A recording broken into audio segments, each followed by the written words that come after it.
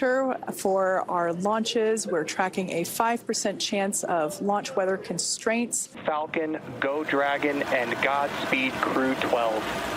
And liftoff, the two-stage rocket designed for the reliable and safe transportation of satellites, cargo, and people, which is the goal of NASA's Commercial Crew Program.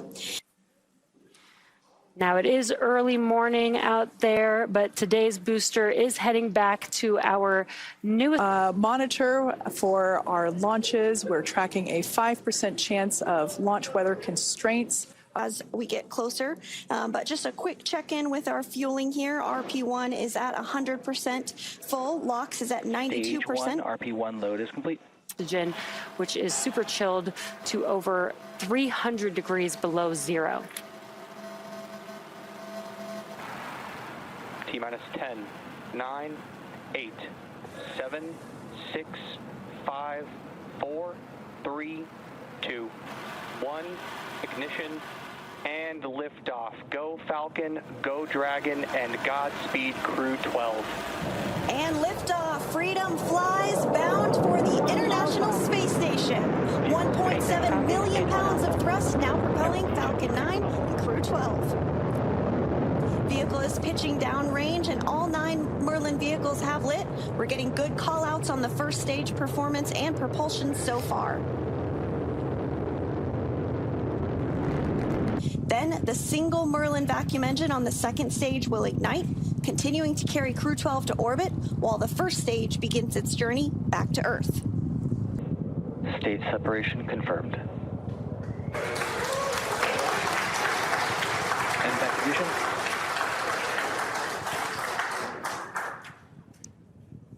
And incredible views. We've had MECO stage separation. You can see that booster coming back down to Earth, and that MVAC engine has ignited, which you can see clearly there on your screen.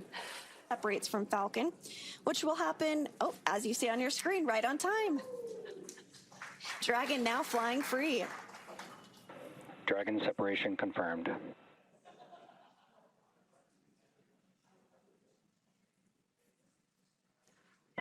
Dragon copies.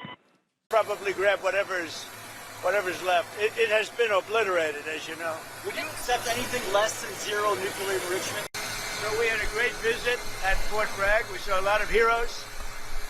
And as you probably heard, we're going to be giving one particular person the Congressional Medal of Honor for what just took place in Venezuela. And met a lot of people right now. We were there for quite a while. And it was beautiful. These are great warriors. These are great patriots. And they're in very good shape, I will tell you that. What can Iran do to avoid attack? Give us the deal that they should have given us the first time. If they give us the right deal, we won't do that. But, you know, historically, they haven't done that. I will say they want to talk, but so far they do a lot of talking and no action. They've already started. Do you want regime change in Iran? Well, it seems like that would be the best thing that could happen. For 47 years, they've been talking and talking and talking. In the meantime, we've lost a lot of lives while they talk, and legs blown off, arms blown off, faces blown off. This has been going on for a long time, so let's see what happens. In the meantime, we have tremendous power has arrived. And additional power, as you know, another carrier is going out shortly. So we'll see it out. If we could get it settled for once and for all, that would be good. Who would you want to take over? What? Who would you want to take over? I don't want to talk about that. Mr. President, have you spoken to Secretary Duffy since Wednesday's incident? No, he's doing a great job. You said inside that the radionuclear sites have been totally obliterated. What's left to go after? Well, you could get whatever the dust is down there. That's really the least of the mission. If we do it, that would be the least of the mission. But we, probably grab whatever's left. It has been obliterated, as you know. Would you accept anything less than zero nuclear enrichment? We don't want any enrichment. Mr. President. We don't want enrichment. Thank you very much, everybody. منابع دستشون بود، نفت دستشون بود، سیاست دستشون بود، امنیت دستشون بود. این را هم آمریکایی‌ها بدونن که اگر این دفعه جنگی را بندازن، این جنگ منطقه‌ای خواهد بود. گاهی صحبت جنگ میکنن که ما نمیدونم با فلان جور هواپیما با چه میاییم چنین میکنیم. اینم جدید نیست. در گذشته هم آمریکایی‌ها بارها در حرفهای خودشون تهدید میکردن که همه گزینه‌ها روی میز است. همه گزینه‌ها یعنی از جمله گزینه جنگ. این همیشه میگفتن دیگه، همه گزینه‌ها روی میز. حالا این آقا هم همینطور مرتباً ادعا میکنه ولی ما ناو آوردیم و چه کردیم. به نظر من ملت ایران رو از این چیزا نباید ترسوند. ملت ایران تحت تأثیر این حرفا قرار نمیگیره، از برخورد حق نمیهرازه. ما شروع کننده نیستیم، ما به کسی ظلم نمیخوایم بکنیم، به کشوری حمله نمیخوایم بکنیم، اما در مقابل اون کسی که طمع داشته باشه حمله بخواد بکنه، اذیت بکنه، ملت ایران مشت محکمی بو خواهد زد.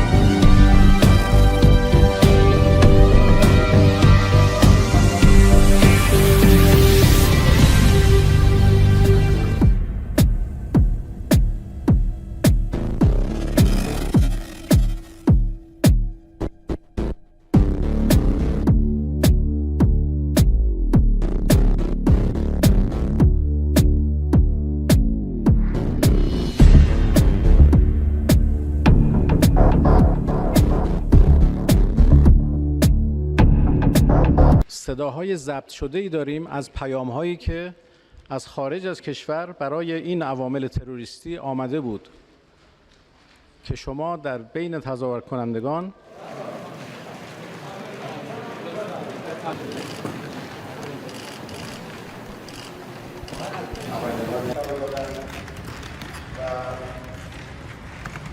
هدف این بود که تعداد کشته‌ها در صحنه تظاهرات افزایش پیدا بکنه. چرا؟ چون آقای ترامپ رئیس جمهور آمریکا گفته بود که اگر مردم کشته بشن ما میاییم و دخالت میکنیم.